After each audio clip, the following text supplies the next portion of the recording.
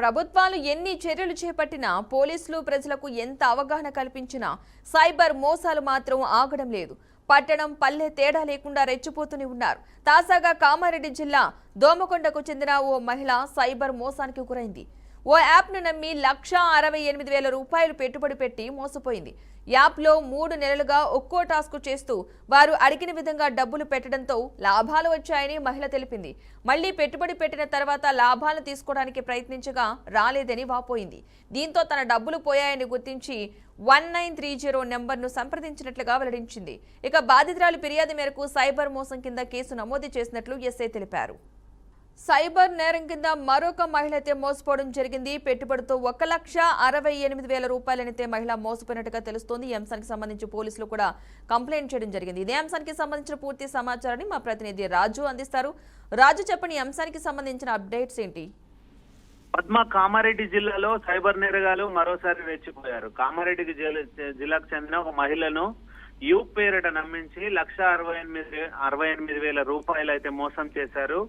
అయితే ఈ సంఘటన కామారెడ్డి జిల్లా దోమకొండలో చోటు చేసుకుంది.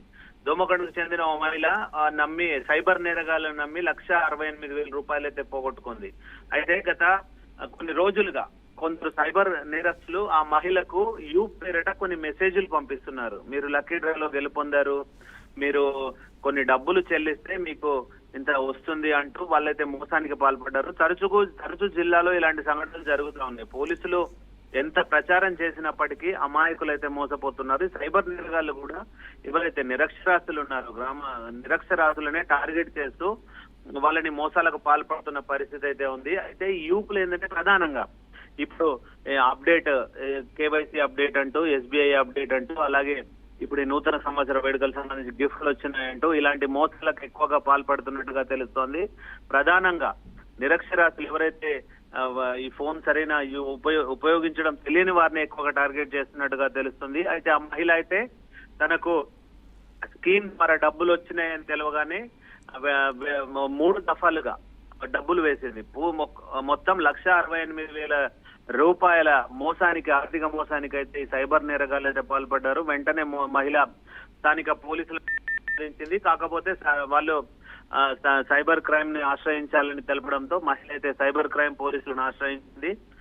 మొదట 1930 నంబర్ కి అయితే ఫోన్ చేసి తర్వాత సైబర్ పోలీసులకు అయితే కంప్లైంట్ చేసింది. అప్పటికే ఆ కేటగాళ్లు అకౌంట్ లో ఉన్న డబ్బులన్నీ కూడా కాజేసినట్టుగా తెలుస్తుంది. ప్రస్తుతం అయితే మహిళ 1,68,000 రూపాయలు నష్టపోయింది. ఎందుకంటే పోలీసులు ఎంత తెలియజేస్తున్నప్పటికీ కూడా ఈ మెసేజ్ల రూపంలో, యాడ్స్ రూపంలో మనకు లక్కీ డ్రాలు వచ్చాయి, స్కీమ్లు వచ్చాయి అంటూ ఇట్లాంటి మెసేజ్లు రావడంతో ఎక్కువగా అమాయకులు అయితే మోసపోతున్న సంఘటనలు చాలా చోటు చేసుకున్నాయి. ప్రధానంగా ఈ ఎస్బీఐ లింక్ అంటూ కొన్ని మెసేజ్లు వస్తున్నాయి గ్రూప్లలో, వాట్సాప్ గ్రూప్లలో. ఈ ఎస్బీఐ అప్డేట్ అంటూ, కార్డు ఆఫర్ అంటూ, స్కీమ్లు అంటూ రావడంతో వాళ్ళు తెలియక ఆ లింకులు క్లిక్ చేయడం వల్ల వెంటనే సైబర్ నేరగాళ్ళు అయితే వాళ్ళ అకౌంట్లకు యాక్సెస్ అయిపోయి వాళ్ళు మెసేజ్లు పంపి డబ్బులు వచ్చినట్టుగా మొదట కొన్ని డబ్బులు పంపి తర్వాత దాని ఓటీపీలు చెప్పండి అంటూ చెప్పడంతో అమాయకులు అయితే మోసపోతున్నారు. ఆ ఓటీపీ చెప్పిన నిమిషాల్లోనే వారి అకౌంట్లు మొత్తం ఖాళీ అయిపోతున్నాయి.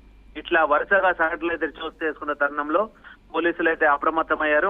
ఇప్పుడు రానున్నది న్యూ ఇయర్ కాబట్టి జాగ్రత్తగా ఉండాలని, ఏదైనా అడ్వర్టైజ్మెంట్లకు సంబంధించి, న్యూ ఇయర్ వేడుకలకు సంబంధించి శుభాకాంక్షల పేరిట ఏదైనా అడ్వర్టైజ్మెంట్లు వస్తే మాత్రం వాటిని మాత్రం ఓపెన్ చేయొద్దంటూ పోలీసులు అయితే ప్రస్తుతం అయితే ప్రచారం నిర్వహిస్తున్నారు. ఎంత చేస్తున్నప్పటికీ మాత్రం ఈ సైబర్ నేరగాళ్ళు అయితే రెచ్చిపోతున్న సంఘటనలు వరుసగా చోటు చేసుకుంటున్నాయి. ఉమ్మడి నిజామాబాద్ జిల్లాకు సంబంధించి పోలీసులు ఒక అడ్వర్టైజ్మెంట్ కూడా తయారు చేశారు. అడ్వర్టైజ్మెంట్ లో దానికి సంబంధించి వాళ్ళు ఎవరు కూడా ఈ లింకులు ఓపెన్ చేయొద్దని చెప్పి అయితే తెలియజేస్తున్నారు.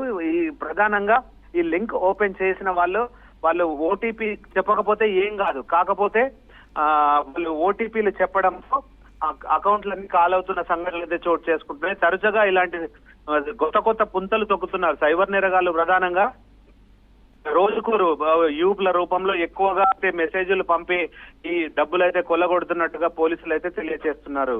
అయితే అంతేకాకుండా ఇప్పుడు ప్రధానంగా ఇప్పుడు ఎందుకంటే రైతులందరికీ కూడా ఇప్పుడు డబ్బులు వచ్చే సమయం ఇది.